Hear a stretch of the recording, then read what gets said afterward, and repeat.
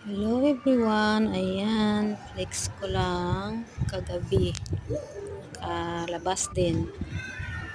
Sarap sa pakiramdam kahit paano nakakalabas every week, kahit isang bisis lang.